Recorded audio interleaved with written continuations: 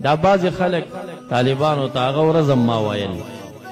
دوی خو د علم نه لري دي خو د عقل نه هم خدای تعالی خلاص کړي دا بعضې بدعقیده خلک کنه دوی څه وایي دی وی د معصوم برکت مونږ منو او چې څوک معصوم نه وي نو برکت یې نه منو معصوم څوک دی پیغمبران خو معصوم دي کنه نو دا خلک وی د پیغمبرانو برکت منما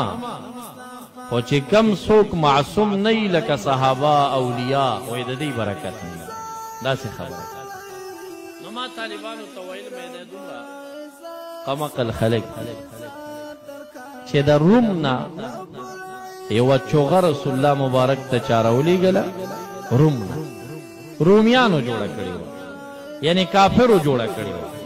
د هغې ابدل د کافرو په لاس باندې شوي و امام بخاري پې باب هم لګولی وی منځ په هغه جامه کې چې کومه جامه کافرو جوړه کړي روا ده همدغه پیش کوي دلیل نو هغه چوغه چې کافرو جوړه کړې ده خو دغه چوغه د رسول الله مبارک د وجود سره ولګېده د مسلم شریف حدیث د صحابو د برکت او د شفا دپاره استعمال کړه که استعمال یې نه کړه وابیان او پنجپیریان وی دا خو مونږ منو څنګه یې منې وی دا خو د رسول الله مبارک برکت دی که نه دا خو معصوم دی او د معصوم برکت منو اوس دومره د عقل نه خلاص دي چې هغه چپن چې کافرو جوړه کړې ده د مبارک د وجود سره ټچ شوه د هغې برکت مني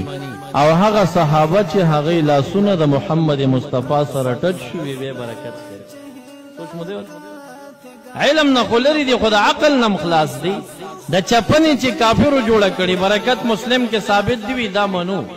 او چې وی د صحابو برکت وي نه صحابو برکت نشته نو دا لاس د رسول الله مبارک د لاس سره ټچ شوي دی که نه دی ټچ شوي دغه لاس چې د هغه د لاس سره ټچ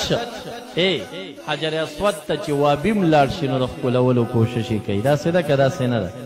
او کاڼی دی ګورې کاڼی بخاری شریف حدیث تی عبدالله بن عمر رضی اللہ عنہما کعبی ته ودرېد او خلکو ته طواف کو داسې عزت چې ولیده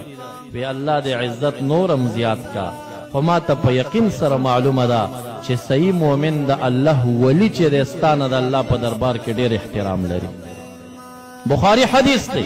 چې د الله د ولی احترام د کعبې نه د الله په دربار کې زیات دی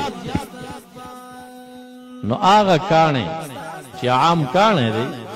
جنت نه راغلی دی خو کاڼی دی او د بخاری په حواله او د صحابو په عقیدت د اولیاء مقام په دې اوچت دی ځکه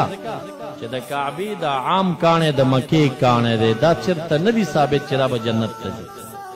یو خو حجر اسود دی یو عام کاڼي دی نو عام کاڼي خو جنت ته نه ځي او د الله اولیاء دوستان به جنت ته ځي د جنت قابل دي د الله د معرفت قابل دي نو کاڼی چېرته د الله دوست او ولي او صحابي ته رسېدی شي خو هغه کاڼي برکت د هغې ښکلول دیم مني او که چا یو ولی الله ښکل که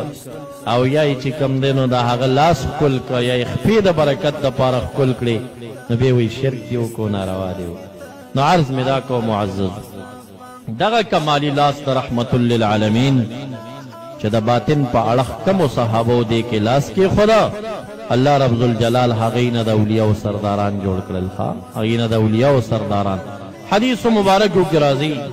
چې تابعین کله د صحابو ملاقات ته راځي ډېر حدیث په دې وارد دي پوښتنه ترېنه کوي وی هغه لاس دې راوښایه کم لاس چې د محمد مصطفی په لاس کې ورکړی هغه صحابه خو عاجزه خلک وو که نه هغې به لاسونه پټ کړي وو ځکه تابعین عاشقان وو هغوی به هم دې لاسونو پسې ګرځېدل چې دا د مبارک د لاس سره لګېدل نو چې کله به صحابي ورته دا لاس راښکاره که تابعین به راپاڅېدل ښکل به یې کوي دا لاس د محمد مصطفی د لاس سره لګېدل زما معززو بیا هغه تابعین چې د صحابو سره لاس د بیعت ورکه الله تعالی د نبی علیه السلام د لاس برکت هغه د صحابو لاس ته څه حصه د برکت لاړه او چې تابعینو په هغې لاس کې لاس ورکه نو وګورئ چې الله تابعین څومره مختاره خلک پیدا کړل خیر القرون کې راله نبی علیه السلام صفت وکړه خیر القرون قرنی ثم الذین یلونهم ثم الذین یلونهم بیا تابعین دي بیا تبع تابعین بیا تبا تابعین رالل د تابعینو په لاس کې لاس ورکا هغه څومره بهترین خلک جوړ او د هغې نه بعد ثم یفشو الکذب بې دروغ افشا شو او دروغ او بې ځایه ګواهیانې د دروغو دا شروع شو خو سلسله د بیعت نه ده ختمه اوس هم چې تاسې ګورئ ذي قدر انسان ته وګورئ عزتمند انسان ته وګورئ چې چاته خلکو د صلاح په نیت کتلي وي یا ورته بچی راولي چې دا دم که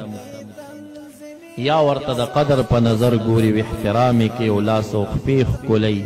یاره زه یم چې دا د سره کېدی نه شي چې هغه د بیعت په کړۍ کې چېرته داخل سړی نه چېرته چې تاسو ګورئ علما څومره ډېر دي که نه